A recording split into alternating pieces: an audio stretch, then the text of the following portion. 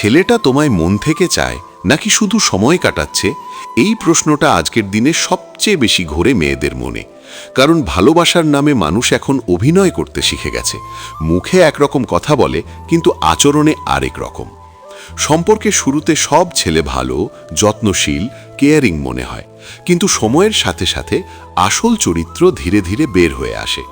সমস্যা হলো, আমরা তখনই বুঝতে পারি যখন অনেক দেরি হয়ে যায়, যখন আবেগ জড়িয়ে যায়, যখন নিজেকে সরিয়ে নেওয়া কঠিন হয়ে পড়ে।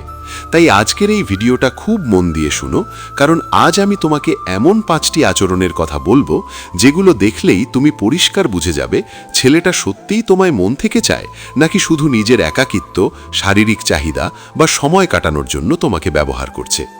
এই ভিডিওটা কোনো কল্পনার কথা না, এগুলো বাস্তব জীবন, বাস্তব সম্পর্ক আর বাস্তব অভিজ্ঞতা থেকে নেওয়া কথা। ভিডিওটা শেষ পর্যন্ত দেখলে তুমি শুধু বর্তমান সম্পর্ক নয়, ভবিষ্যতের সম্পর্ক নিয়েও ভুল করা থেকে নিজেকে বাঁচাতে পারবে।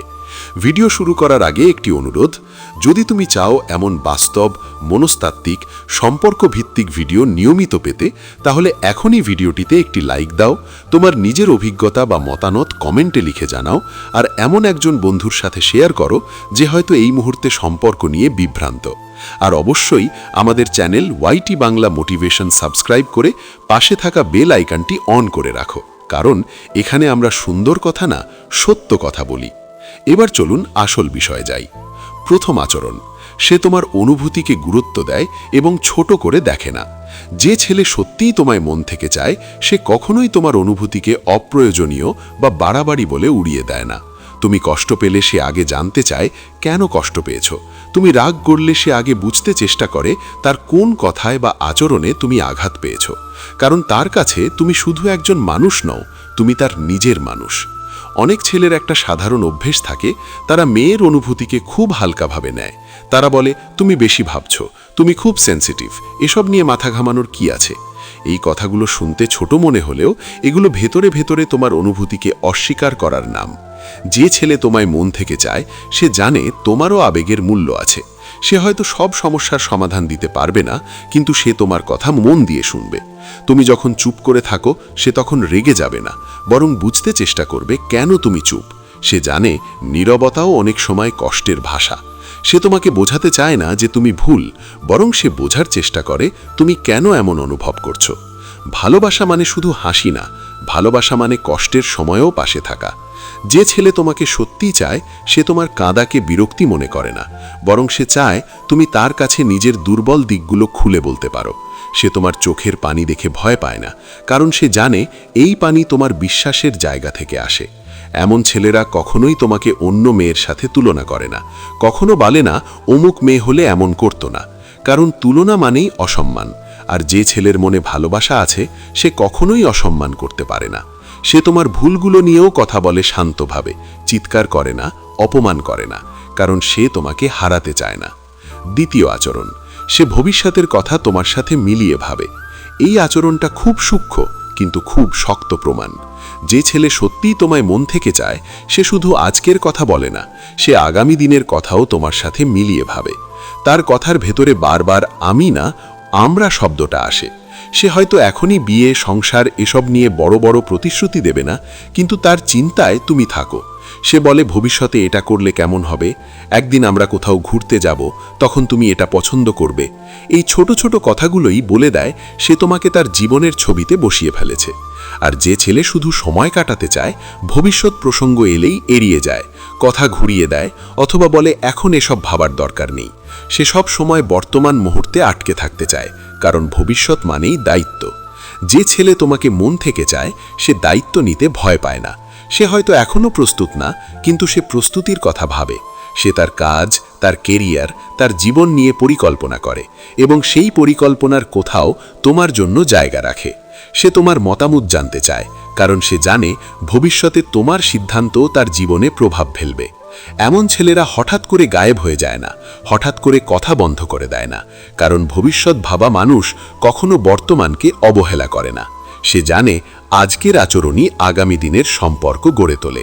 তৃতীয় আচরণ, সে তোমার জীবনে ধারাবাহিকভাবে উপস্থিত থাকে, হঠাৎ আসে না, হঠাৎ হারিয়েও যায় না। যে ছেলে সত্যিই তোমায় মন থেকে চায়, তার সবচেয়ে বড় পরিচয় হল ধারাবাহিকতা। সে শুধু তখনই আসে না যখন তার মন ভালো থাকে, যখন তার একাকিত্ব লাগে বা যখন তার সময় কাটানোর মানুষ দরকার হয়।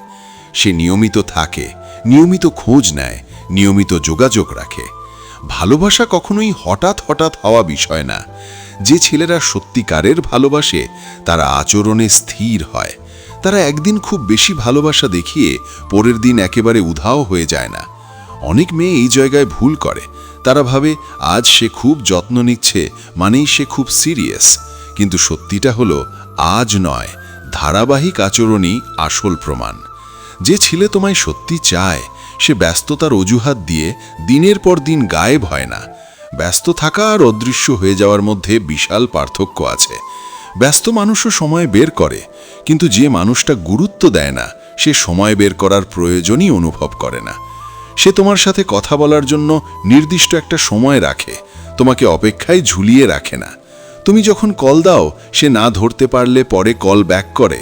সে তোমাকে এমন অনুভূতি দেয় না যে তুমি তার জীবনে অনিশ্চিত কেউ। আর যে ছেলে শুধু মুড অনুযায়ী আসে সে কখনো আজ সারাদিন কথা বলবে, আবার কাল থেকে 3 দিন কোনো খোঁজ থাকবে না। এই ধরনের আচরণ আসলে মানসিকভাবে তোমাকে কন্ট্রোল করার একটা কৌশল। অনিশ্চয়তা তৈরি করে সে তোমাকে নিজের দিকে টেনে রাখে। কিন্তু যে ছেলে তোমায় মন থেকে চায় সে কখনোই তোমাকে মানসিকভাবে অস্থির রাখে না। সে তোমাকে নিরাপত্তার অনুভূতি দেয়। সে জানে তার অনুপস্থিতি তোমাকে কষ্ট দিতে পারে, তাই সে অকারণে দূরে সরে যায় না। এমনকি ঝগড়া হলেও সে যোগাযোগ পুরোপুরি বন্ধ করে দেয় না। সে সমাধান চায়, দূরত্ব নয়। কারণ সে জানে দূরত্ব তৈরি হলে সম্পর্ক দুর্বল হয়ে যায়। ধারাবাহিক উপস্থিতি মানে শুধু কথা বলা না, ধারাবাহিক দায়িত্ব নেওয়াও। সে তোমার গুরুত্বপূর্ণ দিনগুলো মনে রাখে, তোমার পরীক্ষার দিন, তোমার ইন্টারভিউ, তোমার শরীর খারাপের সময়। সে এসব দিনে হঠাৎ মনে করে না, বরং আগেই খোঁজ নেয়। এই ধারাবাহিকতাই বলে দেয় তুমি তার জীবনের অস্থায়ী কেউ না, তুমি তার জীবনের একটা অংশ।